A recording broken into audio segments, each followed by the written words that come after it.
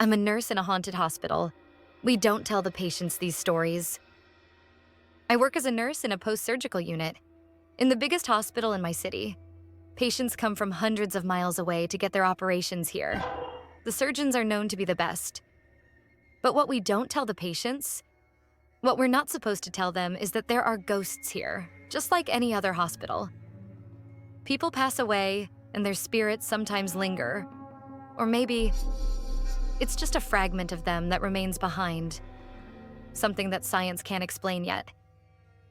There have been more than a few events that have raised the hair on the back of my neck, and some have sent me into hysterical screaming fits. But those types of reactions are frowned upon in the hospital. So I try to stay calm. There was that time a few months ago when a patient told me she felt like there were 3 other people in the wardroom with her, in each of the other 3 beds around her. They were talking back and forth and whispering, she said. But the weird thing was, she was alone in the 4-bedroom. I pulled back the curtains and showed her myself. All of the other beds were empty, and there were no visitors or staff in the room with her. As if that weren't disturbing enough, a few weeks later, a different patient said the exact same thing when she had been left alone in the same room. She described it exactly the same way, saying they were whispering back and forth, and it was keeping her awake.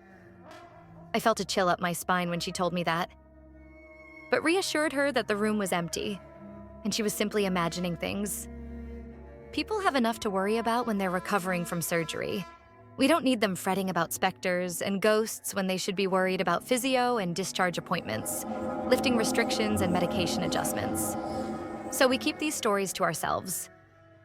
Some nurses said they couldn't sleep in a certain storage room during breaks on night shift, since they'd had too many bad experiences there.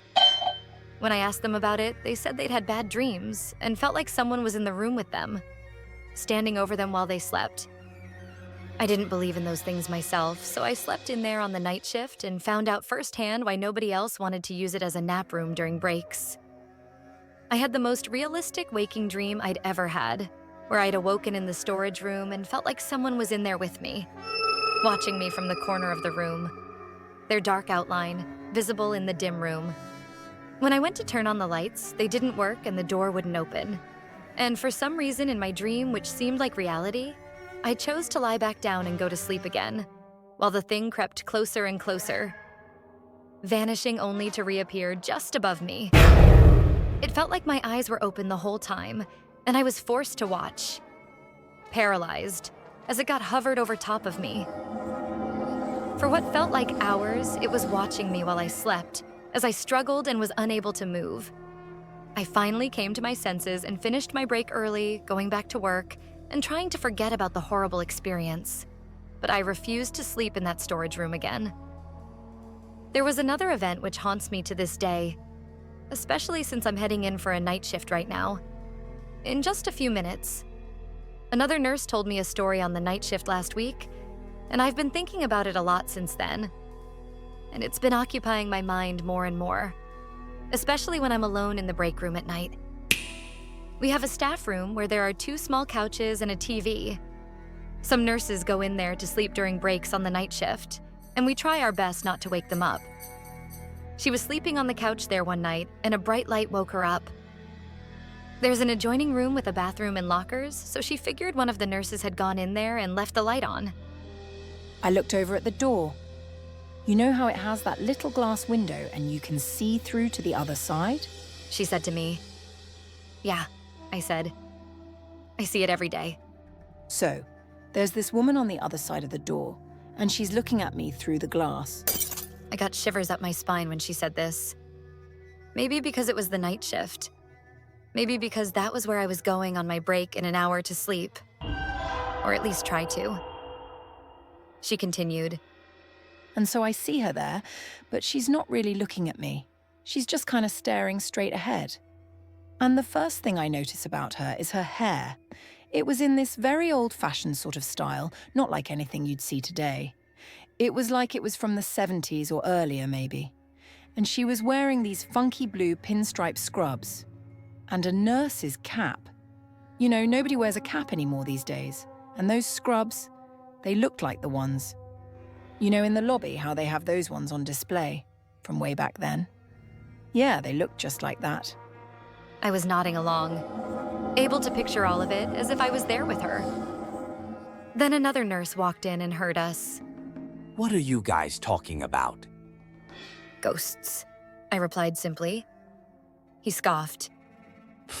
You guys believe in that stuff? The two of us shared a knowing look. He hadn't been working on the floor long enough to have seen them himself. And some people just are not attuned to these things. The nurse went back to her story. So, she's just standing there, staring straight ahead. And I thought it was the fourth nurse at first, because sometimes they'd come in during the night shift and use the bathroom or whatever. So I yelled at her, "Hey, turn that light off, will ya? I'm trying to sleep in here." But she just kept staring straight ahead. So I just put the pillow over my head and tried to sleep some more. Then, when I woke up later on and that light was still on, I asked around. Nobody came in there during the night. And that room is locked, so it wasn't a patient. And I saw the fourth nurse later on, and they were not dressed like that. So, yeah. I'm pretty sure I know who it was, though. According to her, the woman was the ghost of a nurse who had died driving home after a long night shift and had fallen asleep at the wheel. Based on the description she had given, an older coworker recognized her. She'd said that was exactly what an old nurse who used to work there looked like. And from that point on, the nurse who told me this story always remembered to stay awake behind the wheel on the drive home. Every time my eyes start to blink and I'm getting tired, man, I think about that old nurse with the curly grey hair standing behind the glass and I'm wide awake again. Better than a frickin' cup of coffee, I'll tell you. Something occurred to me as she finished the story. I told the other nurse. That's really weird. My patient in room 14 told me last night that they saw someone peeking their head in the room and looking at them. And sometimes they would stand in the doorway and just stare at them for a while. She said the person had a very old-fashioned haircut and old-fashioned scrubs. She thought it was a ghost or maybe a hallucination. Ghosts and hallucinations are commonplace on the post-surgical floor, and sometimes it can be difficult to tell the two apart. Pain medication-induced post-operative delirium is not unheard of, especially in the elderly. She thought it was the Dilaudid, so none of that tonight. Just sticking with Tylenol. Good idea, the other nurse said, and I excused myself. I figured I'd check on my patients, especially the ones in room 14. I was somewhat unsurprised to see a woman in blue pinstripe scrubs with a cap looking in at them from the doorway.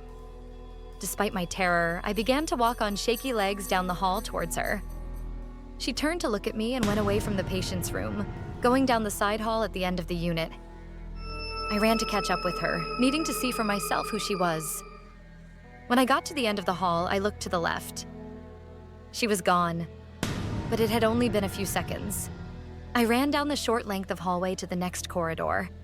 This other one was much, much longer. She could not have disappeared so quickly unless she went into a patient room.